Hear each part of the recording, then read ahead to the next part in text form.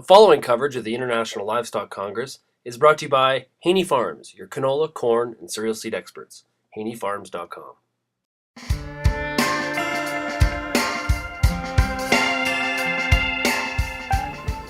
Okay, we're here today on RealAgriculture.com with Dr. Alastair Cribb. He is the Dean of the Faculty of Veterinary Medicine at the University of Calgary.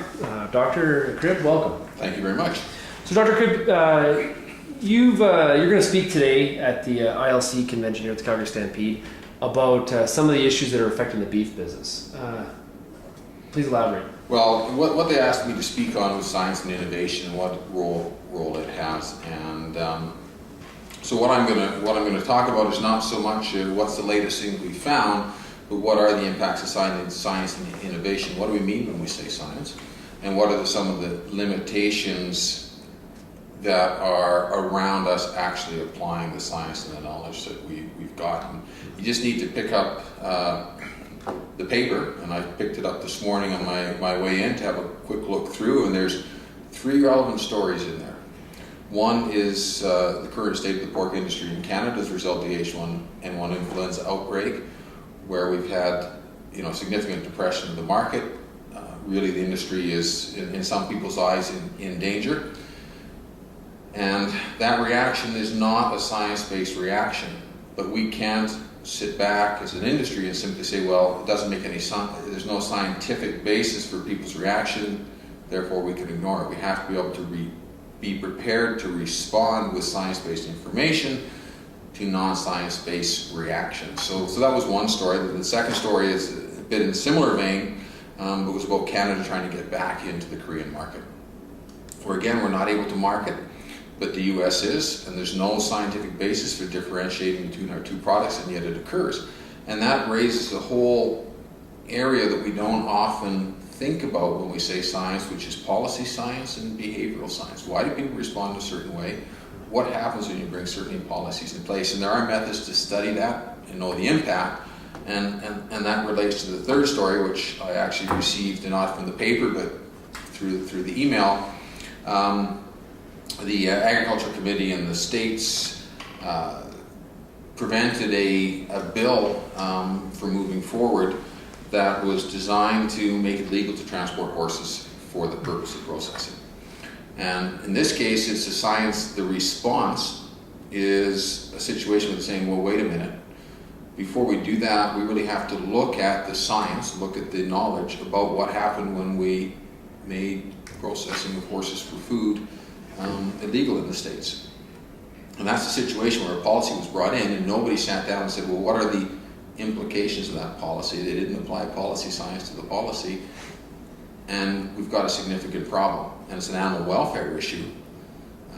And so now they're at least taking a step back and saying, well, let's get the science behind this, let's study this, let's get the knowledge to know what we should do. And so that's a positive sign, right? And really so there's 2 pieces to that. One is, here's a positive sign where people are asking for the science, but it's also relates to an animal welfare issue, which is a major area that we have to be paying attention to on the science and innovation side, because it's an issue that is growing more and more importance in terms of people's view of the agriculture industries and people's food consumption. And so we've got to be very proactive in that area so that we're not having events like we've had there, and that was an equine event, but you could have a similar event in the food production side where there's an emotional decision made that's not actually based on science, and it's actually a negative welfare issue. So why have we have so much access to science as a North American society?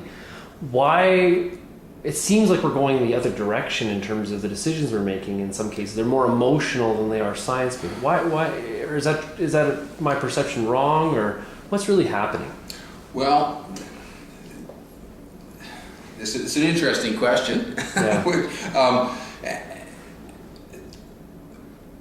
I think many of us, we try to make. If you went back 5 or 10 years, there's a lot of arguments made about things from both sides that weren't science-based. And that you could talk about that in the food production industry, you could talk about many other areas. one of the things about science is there is often uncertainty, and scientists and people who use science often recognize that uncertainty and use that actually in their decision making. But for people on the other side, you can manipulate that uncertainty in your favor, and you can create fear, you can create concerns. And so when people can't get a solid scientific answer, they tend to revert back to an emotional response. And it really is a challenge. And what it means, the other problem with science too is getting science is not simply a question of going out and getting some data. It's much easier to go and get a soundbite from somebody who saw one thing and has an anecdotal response. Yeah. And getting science takes time, right? Getting a true answer, which is why we have to be very proactive, and we can't be saying, well, what do we need to know today? We really need to be looking ahead and saying, well, what are likely going to be issues 5 to 10 years from now, and what's the science we're going to need to address and answer those issues now? And then you need to be trying to get that information. So you're right. I mean, it can be frustrating, and it can be disconcerting when you say, well, I've got the science, and that's not a rational science-based response, and so people are telling us to base our decisions on science, and yet we don't appear necessarily to be having an impact, right? And really what that tells me is again, when we talk about science and our response, we have to go broader than the molecule, the DNA of the cell, and we have to be looking at the science of how people respond. We talk about animal behavior science, but people behavior science is just as important to us.